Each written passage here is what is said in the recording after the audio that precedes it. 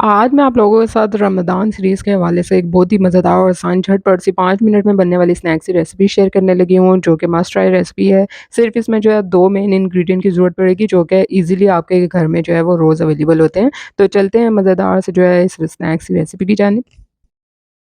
अस्सलाम वालेकुम, welcome to my YouTube channel kitchen with Zaim. तो यहाँ पे जो है वो बहुत ही मज़ेदार सी रमज़ान के हवाले से जो है रेसिपी बताने जा रही हूँ, जो कि झटपट 5 मिनट में बनने वाली है। 2 अदद मीडियम साइज़ के आलू बॉयल होने के लिए रख दिए थे और अच्छे से वॉश कर लिया था। और यहाँ पे जो है मैंने मीनवाइल मैंने कहा कि मैं ब्रेड का पीस लूँ और उसको जो है हम वन बाय वन रेडी कर लेते हैं। तो यहाँ पे मैंने जो है ब्रेड का थोड़े बड़े वाले पीसेस लिए हैं और फ्रेश ब्रेड होनी चाहिए आपकी, 2-3 दिन पुरानी नहीं होनी चाहिए, तो फिर जो है वो आपका ये रेसिपी जो है वो बनेगी नहीं।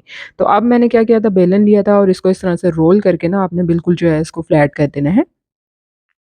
सारी तरफ से आपने बेलन के पे जो प्रेशर देना है इसको, ताकि चारों तरफ से अच्छा सा जो है ये फ्लैट हो जाए ब्रेड का पीस। ये देखिए इस तरीके से हमने फ्लैट कर लेना है इसको।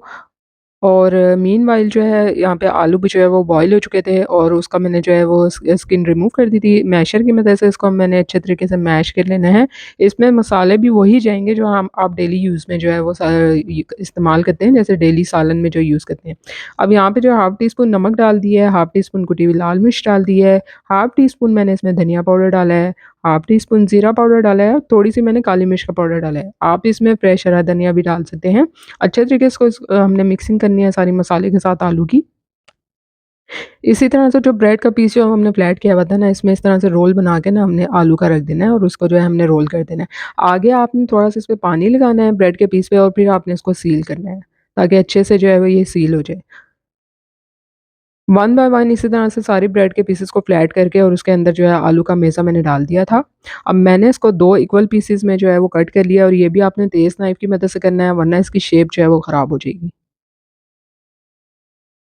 तो अब मैंने जो है टूथपिक ली थी और उसको सिंपली इसमें इंसर्ट कर दिया था, ताकि जो है ये फ्राई करते हुए जो है ना खुले नहीं। ये देखिए इस तरीके से। इसी तरह से जो है दूसरा पीस भी मैंने लिया था ब्रेड का और उसको भी इस तरह से जो है बेलन की मदद से फ्लैट कर लिया था, किनारे इसके चारों तरफ से रिमूव करके। और इसके बाद जो है वो आलू का मेज़ा इसके अंदर डालना है आपने और जस्ट इसको जो है रोल कर लेना है। बहुत ही आसान सी रेसिपी है, झटपट जो है मिनटों में बन जाती है और कोई आपको जो है ज़्यादा मेहनत भी नहीं करनी पड़ेगी। सारे रोल जो है वो रेडी हो गए थे और इसके बाद मैंने क्या किया था, लास्ट स्टेप इसका 2 टेबलस्पून भर के मैदा लिया था और उसमें जो है 1 कप पानी डाल दिया था। बिल्कुल इसकी जो है ना वो आपने पतली सी स्लरी सी बनानी है। इससे क्या होगा ना, ब्रेड के ऊपर जब आप इसकी लेयर लगाएँगे ना तो बहुत ही क्रिस्पी से हो जाएगी और बाइंड भी अच्छे से हो जाएगी। तो आपने रोल को जो है हल्का से इसमें डिप करना है और उसके बाद जो है ना आपने अच्छे से हाथ से जो है इसको इस तरह से मज़बूती से आपने जो है इसको एक शेप दे देनी है। तो इसी तरह से जो है मैंने इसको डीप फ्राइंग के लिए रख दिया था और बस अब जो है वो ब्रेड को कलर देना है, बाकी सारी चीज़ें तो इसमें कुक हैं। तो अच्छा-सा ब्रेड पे जो है जब गोल्डन ब्राउन सा कलर आ जाएगा तो हमने जो है उसको निकालते जाना है। तो है ना मज़ेदार और आसान सी रेसिपी। तो आप लोग जो है वो इसको पोटैटो ब्रेड रोल की रेसिपी को ज़रूर ट्राई कीजिएगा।